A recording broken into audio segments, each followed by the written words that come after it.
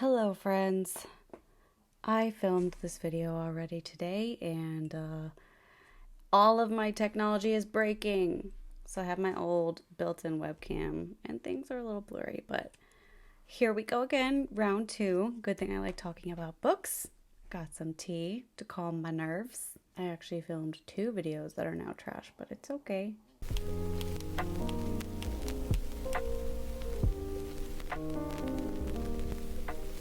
Okay, let's have some fun. Welcome to part two of my very first ever super specific TBR, where I pick 3 books from a very specific subgenre and just try a few different ones out to see how I like it, if it's an area that I want to explore further or not. Month 1 is African fantasy, and I'm pretty glad that I picked this. I'm happy with it. I am going to do this different next month. This time I divided it into 2 videos. Next month I just want to do it all in one go because I think it's a little bit...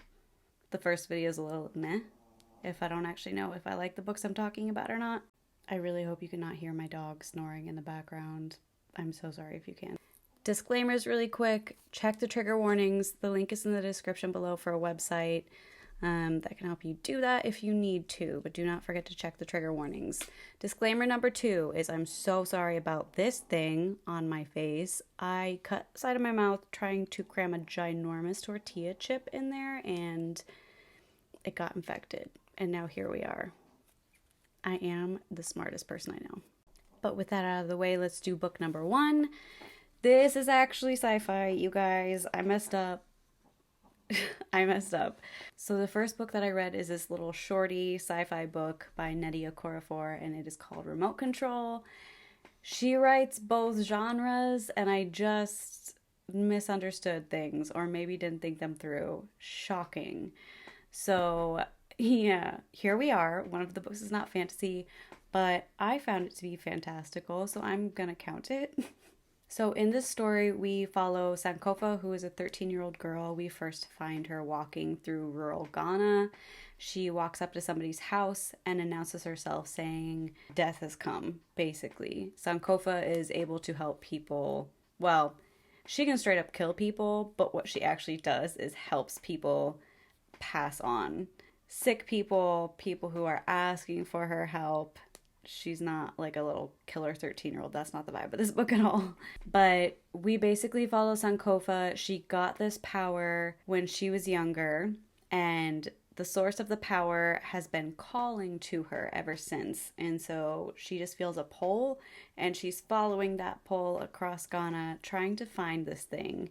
And we just kind of follow her on that journey. We watch how people react to her. People know all about her. She has a reputation, and when she walks into town, people kind of run away. They do not like her for the most part. And it's sad because she's 13. She's so baby, and she has a huge responsibility that is such a burden, and it prevents her from having a normal life. She also kills technology. She can't take a car anywhere. She can't call anybody because if she touches technology, it instantly dies. This is her story, and it didn't quite hit for me.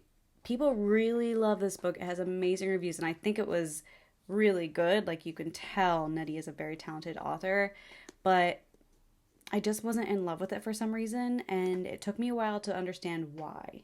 I think a big part of what happened is there are so many subplots. There are so many answers that we are looking for Sankofa's situation throughout the book, and I kept wondering how everything was going to come together. I didn't really know what to focus on because there were so many moving parts, and I think I was just not satisfied in the end with the answers that I got and with how it all came together. I think that's what's happening for me, because I didn't dislike it, but I didn't love it. So I really do feel like this is just a thing where the layout was not compatible with my brain and my preferences. I don't think this is a bad book at all. I think this is a really, really good book, and we just did this. The other thing that bummed me out is this book got selected by this much over a different book because somebody said there was a fox sidekick throughout the story. He's barely there. He is not bothered. He just couldn't be bothered to be a part of this book, really. I forgot about him. I forgot about him most of the time. And then when he did show up, he wasn't any fun. So I thought there was going to be this cute, whimsical little fox like hanging out with the main character. That's not what it is. It's so not what it is. So, this is a really good book. It just wasn't for me. However, the next book that I selected was also by Nnedi Okorafor, and that's Akata Witch. And I love this one. I love this one a lot. Akata Witch is the first book of a trilogy, and I will be reading the rest of the trilogy because I enjoyed this so much. It's a YA fantasy trilogy. I wish authors had been writing books like this when I was in like junior high. This book takes place in Nigeria. We follow a few people, but our main character is Sunny. Sunny was born in New York, but she lives in Nigeria, and her parents are Nigerian.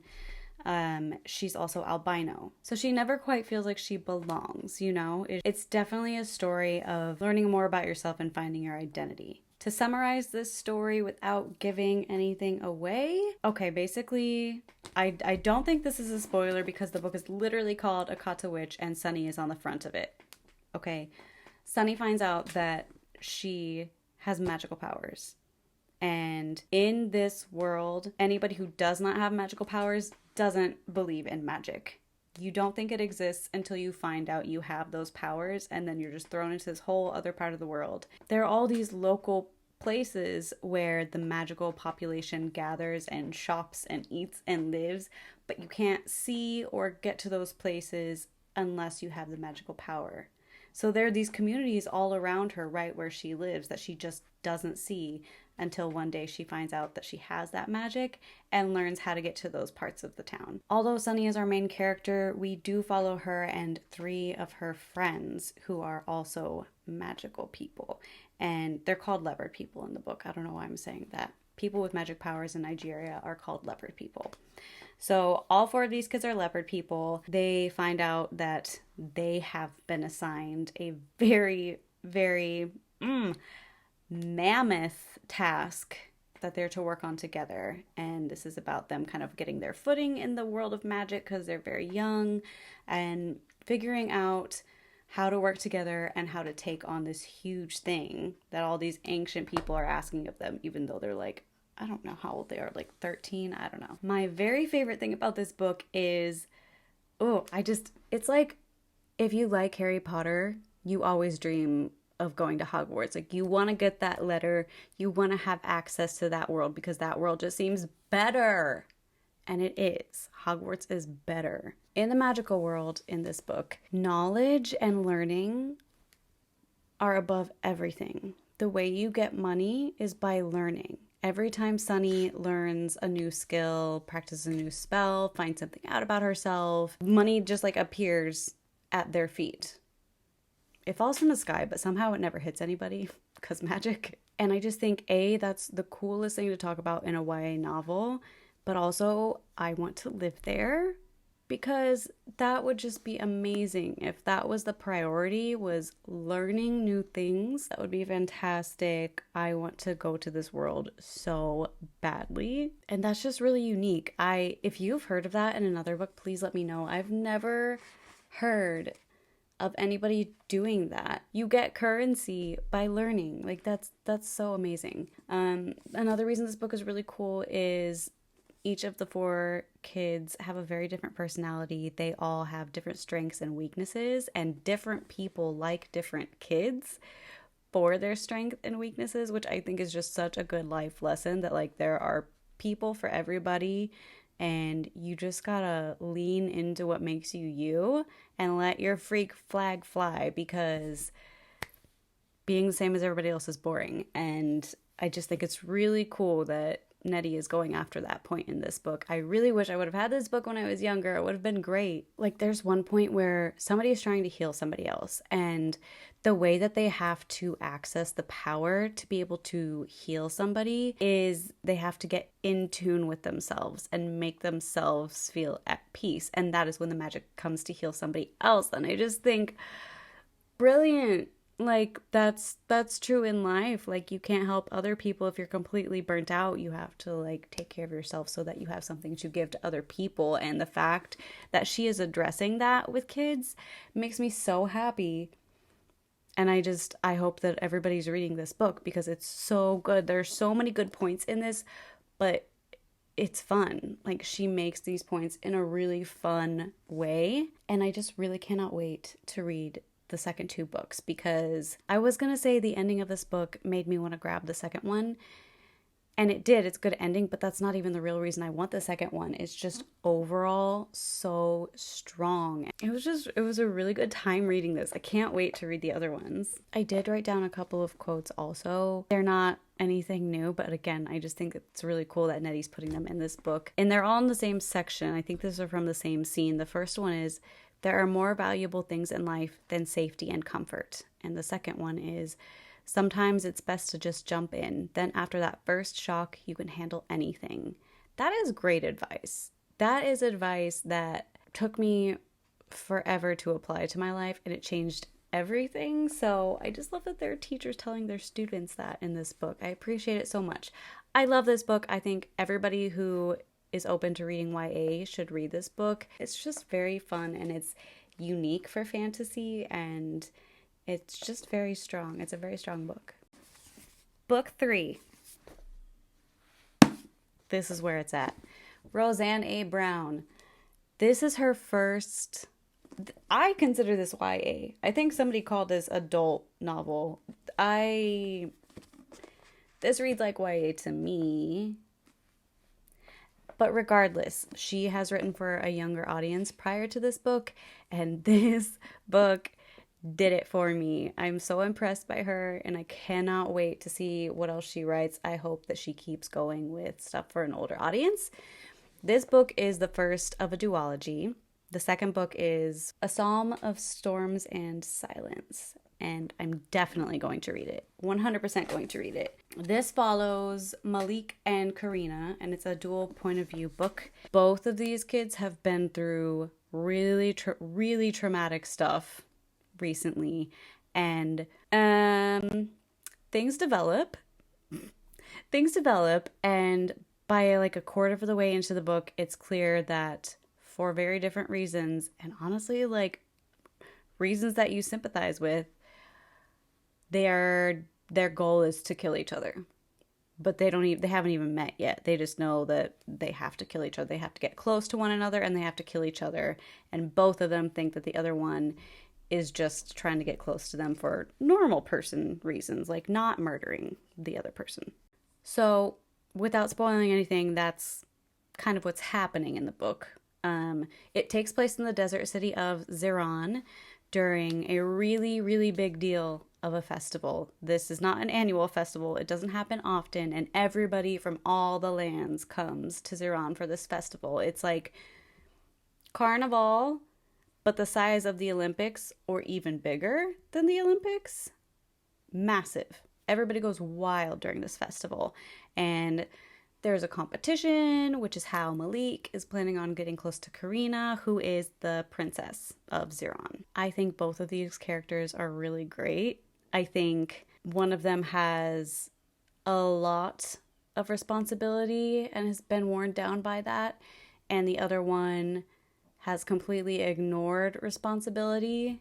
And yeah, it's very interesting when they interact because they're very opposite, these two. The reason that I picked this book over all the other books on the list when I was making my TBR is Malik has panic attacks. And I've never seen panic attacks really addressed in a book. I've definitely never seen them used as a theme, but I've had a couple and they're not fun. So I was very interested to see how it was done. I was hoping it was done well. It is done great. It is done so well. I was honestly not prepared for how she was going to do this.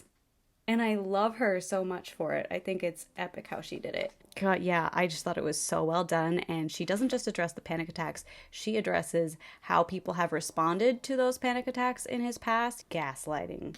Just ugly, nasty gaslighting. She won me over with everything. She won me over in how she dealt with the panic attacks, in the strength of the characters, in how balanced this book is. Like, there's action, there is character development, there is magic, there are a lot of different relationships that are complicated. The pacing was really good, which I was very curious how the pacing would go since this is the first time I'm reading a book from a duology. And I think I'm gonna search for more duologies because I really did like that this was, you got more layers than a standalone would give you, but it was not drawn out in any parts. I also really love how the female characters were written in this book. We focused really heavily on Malik and Karina, but there are a decent amount of side characters and they're all really well done. It's a very diverse character group. I'm definitely reading the second one. I definitely will keep an eye out for anything that she releases that's for an older audience. I definitely recommend this book if you haven't read anything where anxiety or panic attacks are really talked about. It's really fun to read it as part of a fantasy book. And yeah, this was very successful. So overall, this TBR was great. I'm glad that I started with remote control. It kind of got me ready for the other two, and although I didn't love it, I still thought it was really good and really interesting. And I've been looking for videos where people talk about it to kind of try to connect with it through somebody else's eyes. It hasn't happened yet, but I'm going to keep trying because I love Nnedi for writing Akata Witch, and I also can't wait to finish this series. I mean, I'm gonna get myself in trouble with these TBRs because now I have 2 more series that I need to complete, which is such a great problem to have, right? All in all, this was definitely a success. I loved 2 out of 3, and I did not dislike the first one, so I think that's as good as I can ask for. Next month, what am I doing? I'm doing science fiction written by women, and I am so pumped. I know that's going to be divisive because some people really just draw a hard line on sci-fi, which I don't fully understand. I think I understand it if you're reading old sci-fi. I feel like people are merging sci-fi and fantasy a little bit more, and a lot of sci-fi reads like fantasy nowadays. But I digress. I'm just extremely excited about this next one because 2 of them are very, very popular books that I have been wanting to read for ages, and the other one, I had never heard of the author or the book, and it sounds so cool and unique and complicated. And then my nonfiction for next month is also going to be about space. So I am just going to break out my NASA shirt and snuggle up and read about space. But yeah, that's all I've got, folks. So I will see you next week.